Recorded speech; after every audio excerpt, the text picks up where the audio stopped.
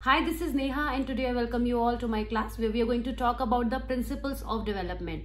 CDP के syllabus में एक बहुत ही इंपॉर्टेंट टॉपिक है जिसमें से डिफरेंट MCQs पूछे जाते हैं। तो डेवलपमेंट एंड ग्रोथ को समझने के बाद आज इस दूसरी क्लास में हम प्रिंसिपल्स ऑफ डेवलपमेंट के बारे में डिस्कस करेंगे और साथ ही साथ ये भी बात करेंगे कि इन पर बेस्ड एमसीक्यू कैसे सॉल्व किए जाएं। There are a lot of principles जिनमें से एमसीक्यूज बन जाते हैं, तो हर एक प्रिंसिपल को डिटेल में समझना बहुत जरूरी है। चलिए आज की क्लास शुरुआत करते हैं और these are some social media handles through which you can connect with us and also you can receive this PDF, this presentation on the Telegram channel. So don't forget to join me there. And the topics which we will be covering today will be the principles of development. समझेंगे कि क्या क्या principles होते हैं और उनको understand करने की कोशिश करेंगे कि क्वेश्चन कैसे बनता है। इसके बाद हम लास्ट में समराइज भी करेंगे। So this is what we are going to do today.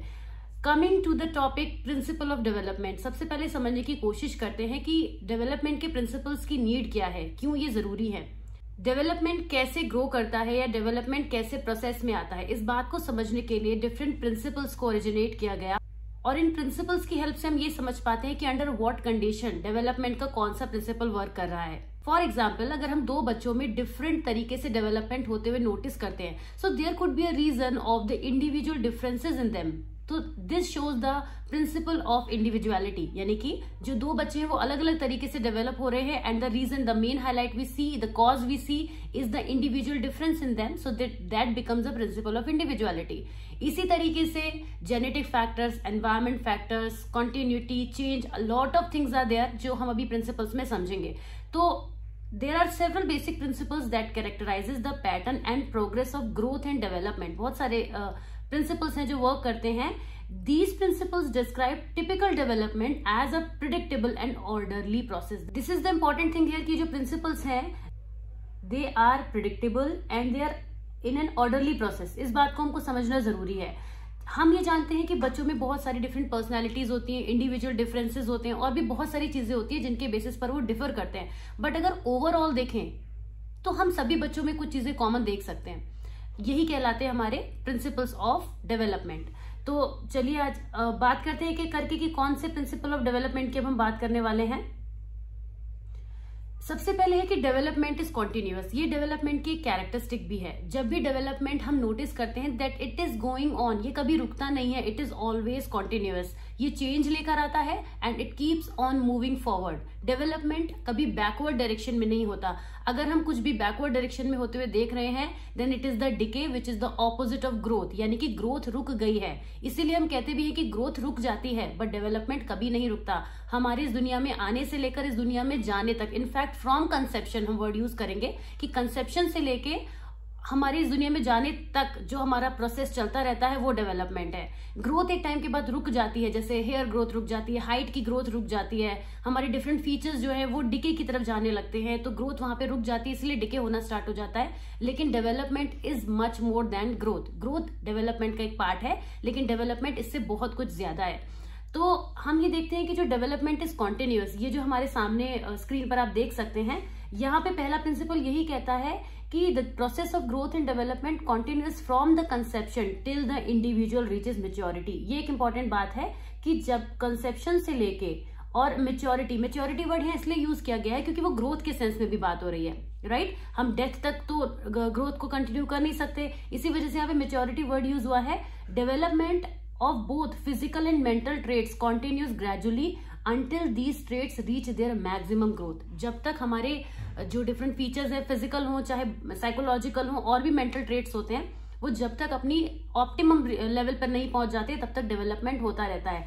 और ये भी लिखा है कि it goes on continuously through out life. It goes on continuously through out life, यानी पूरी जिंदगी ये चलता रहता है। क्या? डेवलपमेंट चलता रहता है। Even after maturity has been attained, development does not end. ये maturity word growth के सेंस में यूज हुआ है, इसीलिए आपको ये बात ध्यान रखनी है कि जो डेवलपमेंट है वो नहीं रुकता है, वो थ्रू आउट लाइफ चलता है, जबकि ग्रोथ मेच्योरिटी पर रुक जाती है। तो एक डिफरेंस भी है जो यहाँ पे आप समझते चल रहे हैं।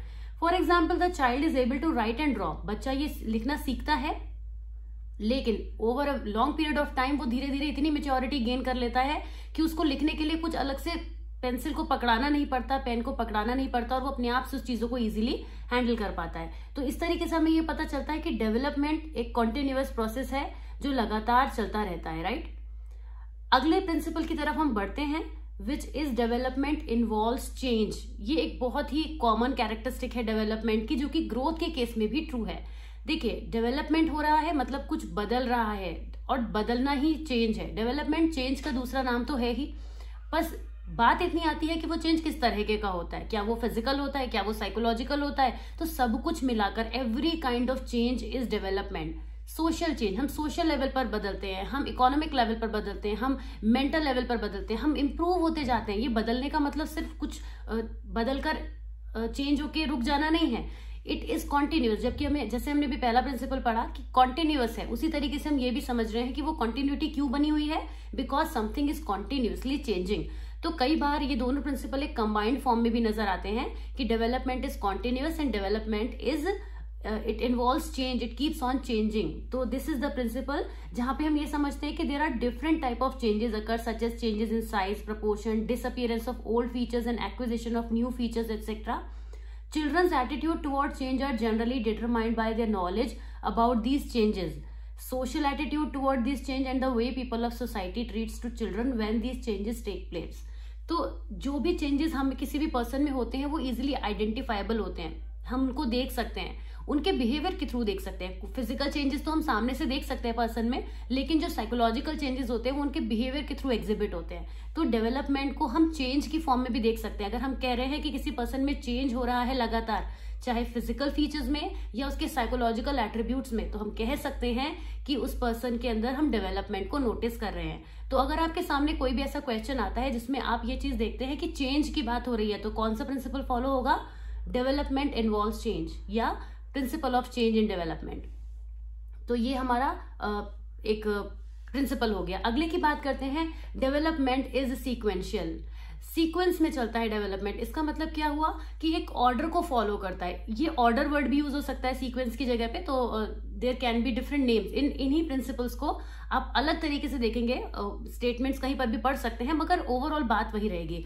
तो डेवलपमेंट इज सीक्वेंशियल, इस बात का क्या मतलब हुआ? Many psychologist agree that development is sequential और ऑर्डरली, एक ऑर्डर में चलता है। एवरी स्पीशीज वेदर एनिमल और human follows a pattern of developmental peculiar to it. देखिए, जैसे अगर एक बच्चे की हम बात करें, अगर ओवरऑल बात करें, तो सभी के लिए डेवलपमेंट सीक्वेंस में होता है कि बच्चा पहले बोलना सीखता है, उसके बाद दौड़ना सीखता है, उसके बाद खेलना सीखता है, राइट। तो ये ऑर्डर है, इसको हम रिवर्स ऑर्डर में नहीं ले सकते। ये ऑर्डर इसी तरीके से सभी के लिए चलता है। हर बच्चा पहले बोलना सीखता है, धीरे साथ साथ चलना भी सीखता है। और ये चेंजेस जो होते हैं, जो चेंजेस मैं वर्ड यहाँ पे यूज कर रही हूँ क्योंकि हमें पता है डेवलपमेंट में चेंजेस होते हैं, तो ये जो चेंजेस होते हैं वो एक ऑर्डर में चलते हैं और सभी ह्यूमन के लिए चलते हैं, सभी स्पीशीज के लिए चलते हैं। अगर एक प्लांट को भी हम नोटिस करें तो प्लांट में क्या होता है? प्लांट पहले ग्रो करता है, ग्रो करने के बाद उसमें से फ्लावर्स निकलते हैं, फ्रूट्स निकलते हैं, तो वो एक ऑर्डर होता है, राइट। ऐसा नहीं हो सकता कि फ्रूट आपको पहले दिख गया फिर उसमें से प्लांट का कुछ पत्तियां निकल रही है, ऐसा नहीं होता है, राइट। तो that doesn't make sense anyway. So development is sequential, तो एक सीक्वेंस में चलता है। तो जब भी हम किसी पर्सन में, किसी ह्यूमन में, किसी क्वेश्चन में कैसे चीज आएगी, इसको समझिए कि अगर कोई भी क्वेश्चन में आपको ऐसा सिनेरियो दिया गया है कि ये कहा जाता है कि there are orderly changes in this. अब वो ऑर्डर वर्ड भले ही क्वेश्चन में यूज ना हो, लेकिन आपको उसकी लैंग्वेज में उसको पिक करना होगा कि एक पर्सन, जो बच्चा जो है वो पहले चलना सीखता है, उसके बाद वो दौड़ना सीखता है, वो पढ़ना सीखता है, फिर वो कम्युनिकेट करना सीखता है, उसके कम्युनिकेशन स्किल्स इंप्रूव हो रहे हैं। तो which principle is applied here? यहाँ पे प्रिंसिपल ऑफ चेंज भी है, ध्यान रखिएगा। तो ये प्रिंसिपल ऑफ चेंज तो हर एक में अप्लाई हो ही जाता है, तो ये आपको क्वेश्चन में उतना ऑप्शंस में नहीं मिलेगा। स्पेसिफिकली हम जाएंगे कि ये किस चीज को दिखा रहा है। यहाँ पे ये दिखा रहा है सीक्वेंस को, सीक्वेंशियल चेंज को दिखा रहा है। सीक्वेंशियल चेंज भी वर्ड हो सकता है और ऑर्डरली चेंज भी वर्ड हो सकता है इसकी जगह पर। चेंज तो आपको सभी के साथ लगा हुआ मिलेगा ही। तो ये हमारा थर्ड प्रिंसिपल हो गया, जिसमें हम क्वेश्चन में बहुत इजीली पिक कर पाएंगे कि डेवलपमेंट इज सीक्वेंशियल। हम देख रहे हैं कि डेवलपमेंट सीक्वेंस में हो रहा है।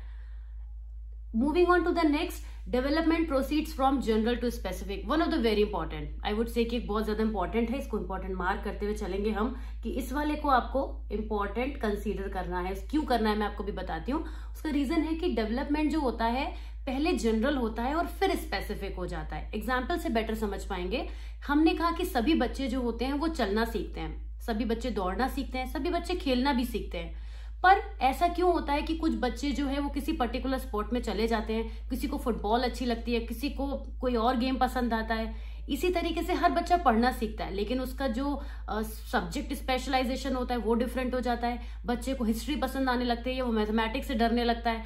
ऐसा क्यों होता है? क्योंकि जो डेवलपमेंट है वो एक जनरल से चलता हुआ स्पेसिफिक की तरफ जाता है। यही वजह है कि हमारे इंटरेस्ट का डेवलपमेंट या हमारी हॉबीज का डेवलपमेंट एक ब्रॉड टर्म होने के बाद एक स्पेसिफिक हो जाता है, राइट? आप इसको हमारी रेगुलर लाइफ में भी देखिए, जब आप पढ़ाई करते हैं तो आपका जो सिलेबस होता है वो सब कॉमन होता है। 10th तक 12th तक एक चीजें स्पेसिफिक रहती हैं। स्पेशली अगर मैं 10th तक की बात करूं, 11th ऑनवर्ड्स क्या होता है, आप एक पर्टिकुलर स्ट्रीम को चूज करते हैं और उसी स्ट्रीम में अपने करियर परस्यू करते हैं। फिर आप और आगे जाते हैं, आप मास्टर्स तक पहुंचते हैं, तो उस स्ट्रीम का भी आप कुछ बहुत सेलेक्टिव ले चुके होते हैं, राइट? तो यही चीज है कि आप स्पेसिफिक की तरफ पहुंचते हैं फ्रॉम जनरल। और यही केस डेवलपमेंट में भी होता है कि जब हम डेवलप होते हैं तो पहले हम बहुत कुछ चीजों को जानते होते हैं, लेकिन फिर हम एकदम पर्टिकुलर हो जाते हैं, स्पेसिफिकली चले जाते हैं। So this topic is that is why very important, जिसमें हम कहते हैं कि development proceeds from general to specific. इस लाइन को याद रखिएगा, फ्रॉम जनरल टू स्पेसिफिक, क्योंकि क्वेश्चन में पूछा जाता है। I will give you more MCQs on this topic, जिसकी प्रैक्टिस शीट को आप मेरे साथ सॉल्व करेंगे तो वहां पर आप देखिएगा क्वेश्चन होगा कि डेवलपमेंट का जो जनरल टू स्पेसिफिक है वो किधर से किधर को जाता है। Maybe there could be options आगे पीछे जंबल करके दे सकते हैं। In all areas of development general activity always precedes specific activity.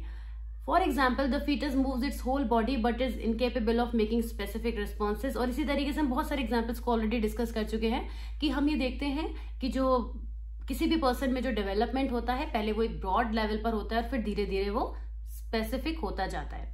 तो इसी वजह से ये एक इम्पॉर्टेंट है जो एमसीक्यूज जनरेट करता है कि जो प्रिंसिपल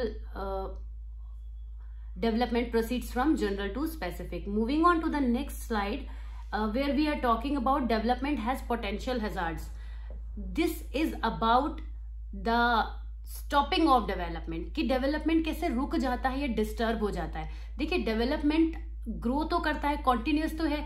क्या ये डेवलपमेंट हमेशा स्ट्रेट लीनियर चलता है? क्या ये इतना स्मूथ होता है कि इतना इजीली होता है कि चीजें चलती जाती हैं? या अगर हम ग्राफ को ऐसे भी देखें तो क्या ये ऐसा होता है? ऐसा नहीं होता। यहाँ पे डिफरेंट ऑब्स्टिकल्स हैं जो डेवलपमेंट के मोशन को जिगजैग बना देते हैं, स्पाइरल भी बना देते हैं। इसको समझने की कोशिश करिएगा कि जब डेवलपमेंट में डिफरेंट पोटेंशियल हैजार्ड्स भी आते हैं, किस तरह से आते हैं? They are basically the stressors. Stressors word अगर आप नहीं समझते हैं, स्ट्रेसर्स जो वर्ड है वो हमारे आउटसाइड ऑब्स्टिकल वर्ड आप इजीली समझ पाएंगे कि ऑब्स्टिकल जो होते हैं वो डेवलपमेंट में आते हैं। अब वो ऑब्स्टिकल कैसे हो सकते हैं? एक पर्सन का साइकोलॉजिकल डेवलपमेंट में एक ऐसा एनवायरनमेंट हो सकता है, मान लीजिए एक बच्चा अपने 12th क्लास को स्टडी कंप्लीट करने के बाद हॉस्टल में चला गया, वहां का जो एनवायरनमेंट है उसके लिए एक पोटेंशियल हैजार्ड हो सकता है, क्योंकि वहां का जो एटमॉस्फेयर है उस बच्चे को सुटेबल नहीं है, वो उस तरीके के एनवायरनमेंट में नहीं रह पा रहा है, बच्चों के साथ डील नहीं कर पा रहा है, या और भी कुछ रीजंस हो सकते हैं। तो ये एक किस तरीके का पोटेंशियल हैजार्ड हो गया? ये हो गया एनवायरमेंटल स्ट्रेसर बन गया, ये एक एनवायरमेंटल हैजार्ड हो गया। इसी तरीके से अगर किसी बच्चे की लाइफ में कोई इंजरी हो गई, कोई एक्सीडेंट हो गया, उसका कोई बॉडी पार्ट जो है वो फिजिकल डैमेज हो गया उसको, तो वो उसके लिए एक हैजार्ड बन सकता है। तो इस तरीके से हम देख सकते हैं कि जो डेवलपमेंट होता है वो इस तरह से चलता है कि उसमें ऑब्स्टिकल्स आते रहते हैं। ये जो डेवलपमेंट के डिफरेंट हैजार्ड्स होते हैं ये हमेशा नेगेटिवली इम्पैक्ट करते हैं डेवलपमेंट को, राइट? जैसा कि आप देख भी सकते हैं स्क्रीन पर कि there are negative impact on physical as well as socio psychological development of the child. बच्चे के सोशल लेवल पर, साइकोलॉजिकल लेवल पर, फिजिकल लेवल पर भी, फिजियोलॉजिकल लेवल पर भी डिफरेंट नेगेटिव इम्पैक्ट्स हो सकते हैं। Moving on to the next, traits are correlated in development. जो जब डेवलपमेंट का प्रोसेस होता है तो एक प्रिंसिपल ये भी कहता है कि जो डिफरेंट ट्रेट्स होते हैं किसी पर्सन के वो को रिलेटेड हो सकते हैं, वो एक दूसरे से जुड़े हुए हो सकते हैं। कैसे? अगर हम एक बच्चे को नोटिस करें जो अबव एवरेज है, अगर अबव एवरेज उसकी स्टडीज हैं, तो हम देखेंगे कि वो और चीजों में भी अच्छा कर पा रहा है। हालांकि ये जो प्रिंसिपल है ये हमेशा ट्रू नहीं होता, ये हमेशा नहीं होता, क्योंकि आपने टर्मन की स्टडीज में पढ़ाई है कि जो हम टैलेंटेड गिफ्टेड चिल्ड्रन को क्रिएटिव के सेंस में देखते हैं, तो वो हमेशा एक ऐसा जरूरी नहीं होता कि हर एक टैलेंटेड बच्चा जो है वो क्रिएटिव होगा, और not creative child is necessary to be talented. तो यही चीज यहाँ पर आती है कि किसी भी पर्सन के डेवलपमेंट पीरियड में डिफरेंट ट्रेट्स जो उसके अंदर होते हैं वो एक दूसरे पर इम्पैक्ट डालते हैं। अब इम्पैक्ट हमेशा पॉजिटिव ही निकलेगा जरूरी नहीं है, कोरिलेशन की यहाँ पे बात हो रही है, और आप जानते हैं कि कोरिलेशन तो पॉजिटिव भी होता है और नेगेटिव भी होता है और जीरो भी होता है। तो फिलहाल यह पॉजिटिव नेगेटिव की बात ज्यादा है कि जो डिफरेंट ट्रेट्स हैं पर्सन के वो आपस में एक दूसरे से जुड़े हुए होते हैं। आप देख सकते हैं the child whose mental development is above average, ये देखिए यहाँ पर दिया हुआ है कि किसी बच्चे का अगर मेंटल डेवलपमेंट अबव एवरेज है या फिर सुपीरियर भी है in so many other aspects like health, sociability and special attitudes, different features हम देख पाते हैं, राइट। वैसे ये ऐसा होता भी है, तभी हम किसी एक पर्सन के एक ट्रेट की वजह से उसके डिफरेंट ट्रेट्स को जजमेंट भी कर पाते हैं। तो ये एक पॉइंट हो गया यहाँ पे। अब नेक्स्ट जो हम प्रिंसिपल की बात करेंगे, इसे सुपर इंपॉर्टेंट, सबसे ज्यादा क्वेश्चन इसमें बनते हैं। एक हमने पहले भी डिस्कस किया था कि बहुत इंपॉर्टेंट है, और इसको भी अगेन मैं इंपॉर्टेंट मार्क करने वाली हूँ कि इसको आपको बहुत अच्छे से समझना है। ये दोनों, इस प्रिंसिपल के अंदर 2 सब प्रिंसिपल्स आते हैं जिनको आपको नाम भी याद रखना है और एग्जामिनेशन में क्वेश्चन जरूर बनेगा। मैं अभी एक क्वेश्चन की हेल्प से भी आपको समझाऊंगी कि ये कैसे क्वेश्चन क्रिएट करता है। तो डेवलपमेंट फॉलोज अ डायरेक्शन, एक डायरेक्शन में डेवलपमेंट चलता है, और ये जो प्रिंसिपल्स हैं ये बायोलॉजिकली बेस्ड हैं। ये जो दोनों प्रिंसिपल आप यहाँ पे पढ़ रहे हैं ये हम देखते हैं कि यहाँ पे बायोलॉजी को फोकस करते हुए बनाए गए हैं। प्रिंसिपल ऑफ प्रॉक्सिमोडिस्टल डेवलपमेंट, ये डेवलपमेंट का जो प्रिंसिपल है वो ये कहता है दैट द स्पाइनल कॉर्ड, ये देखिए यहाँ पर आपको लिखा हुआ है कि direction of development from nearer to far apart, that the spinal cord develops before outer parts of the body, right. From nearer to far apart, पास से दूर की तरफ को डेवलपमेंट होता है, पहले पास होता है डेवलपमेंट, फिर दूर की तरफ को होता जाता है। The child's arm develop before the hands and the hands and feet develop before the finger and toes. तो ये प्रिंसिपल यही कहता है proximodistal development from in to out, अंदर से बाहर की तरफ को डेवलपमेंट होता है। या आप ऐसे भी समझ सकते हैं कि हम हमारे डिफरेंट बॉडी ऑर्गन्स जो हैं उसमें पहले जो चीजें हैं वो अंदर की तरफ से बाहर की तरफ को चलती हुई जाती हैं। तो ये वाली लाइन आपको ध्यान रखनी है, from nearer to far apart. ये एक इंपॉर्टेंट पॉइंट है जो प्रॉक्सिमोडिस्टल डेवलपमेंट के बारे में हमको बताता है, राइट। इतना समझने के बाद हम आते हैं इसी के दूसरे प्रिंसिपल पर, जिसमें हम कहते हैं कि development proceeds from the head downwards. एक तो हो गया पास से दूर की तरफ, और एक दूसरा प्रिंसिपल ये कहता है ऊपर से नीचे की तरफ। ऊपर से नीचे का क्या मतलब है? This is called the cephalocaudal principle. Cephalocaudal principle ये कहता है कि the development occurs from head to tail. Naming के साथ आता है कि from head to tail is what kind of principle. तो 2 प्रिंसिपल्स के बाद आपके 2 ऑप्शन लिख देंगे, प्रॉक्सिमोडिस्टल, सेफेकोइडल, या both of them, none of them. तो आपको ये ध्यान रखना है कि फ्रॉम हेड टू टेल मतलब ऊपर से नीचे की तरफ को जो है, जब जो डायरेक्शन बढ़ती है डेवलपमेंट की, तो उसको हम बोलते हैं सेफेलोकॉर्डल प्रिंसिपल। ये प्रिंसिपल स्पेशली यही कहता है the child gains control of the head first, then the arms and then the legs. एक तो इन आउट हो गया, एक अप डाउन हो गया। ऊपर से नीचे की तरफ चलेगा तो सेफेलोकॉर्डल प्रिंसिपल फॉलो होगा, और अंदर से बाहर की तरफ चलेगा यानी मेन बॉडी ऑर्गन की तरफ से उन्हीं के आगे की तरफ को बढ़ेगा। जैसे हमारे हाथों की अगर हम बात करें तो हाथ से फिंगर्स की तरफ को जो बढ़ेगा, नेल्स की तरफ जो बढ़ेगा, वो कहलाएगा प्रॉक्सिमोडिस्टल डेवलपमेंट। इन दोनों को आपको बहुत अच्छे से समझना है, क्योंकि अभी इसी में मैं आपको एक क्वेश्चन की प्रैक्टिस कराने वाली हूं। देखिए यहाँ पे नेक्स्ट की तरफ हम बढ़ते हैं। एक क्वेश्चन दिया है, अभी मैंने सेफेलोकॉर्डल प्रिंसिपल को रिमूव नहीं किया स्क्रीन से।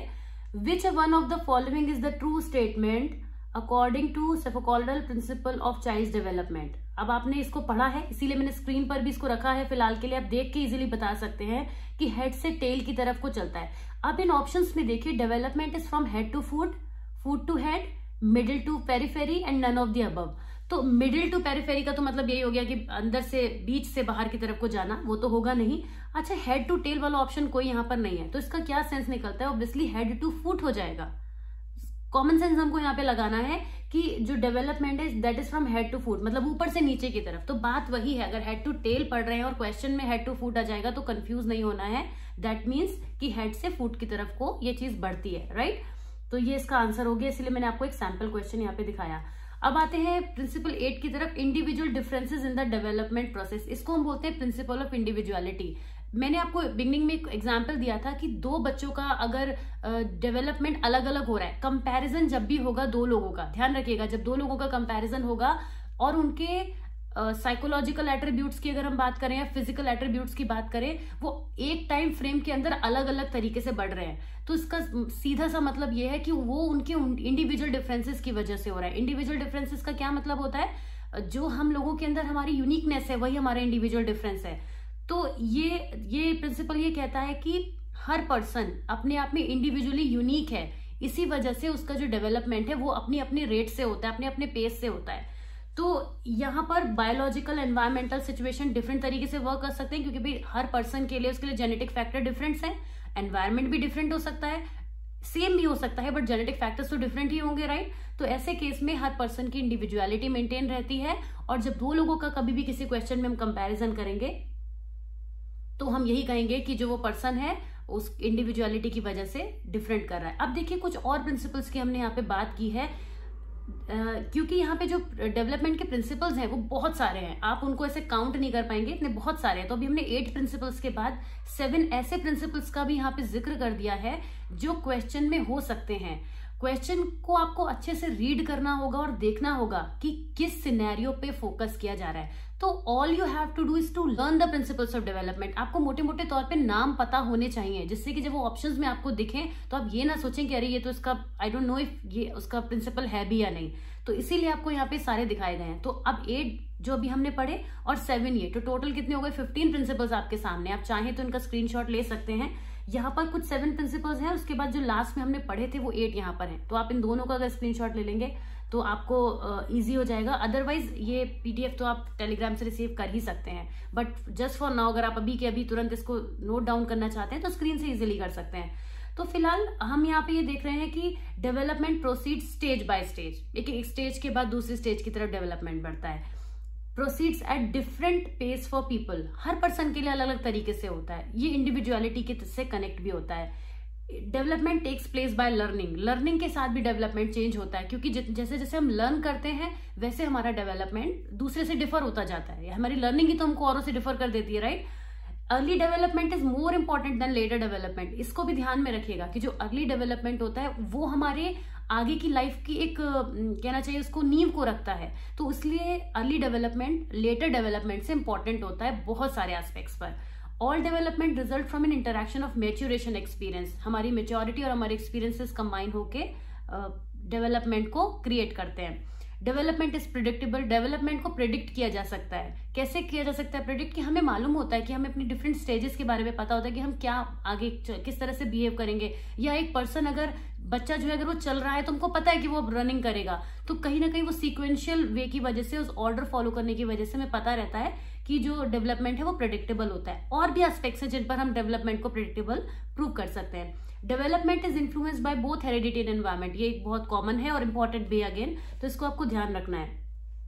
अभी वो सारे डेवलपमेंट के प्रिंसिपल्स हैं जो हमने लिखे थे, जो लास्ट स्क्रीन पर आपने देखे यहाँ पर, ये भी इंपॉर्टेंट है और ये भी इंपॉर्टेंट है, सभी इंपॉर्टेंट है। इनको किसी को भी आपको ऐसा नहीं सोचना है कि इंपॉर्टेंट नहीं है। तो what's coming next for you, इस टॉपिक के ऊपर एक प्रॉपर एमसीक्यू सेट है जिसका लिंक आपको डिस्क्रिप्शन बॉक्स में मिलेगा। अगर आपने इसको सक्सेसफुली यहाँ तक समझा है then I would request you not to miss that PDF, not to miss that question paper, क्योंकि उसके बाद आपकी अंडरस्टैंडिंग एकदम परफेक्ट हो जाएगी। तो चलिए उस वीडियो की तरफ मैं आपको ले चलती हूँ। Just go through the description box and see you soon in the next video. Thanks for watching this and please subscribe to the channel अगर आपने अभी तक नहीं किया है, that would be a great help for me. See you soon in the next video, till then take care, bye bye.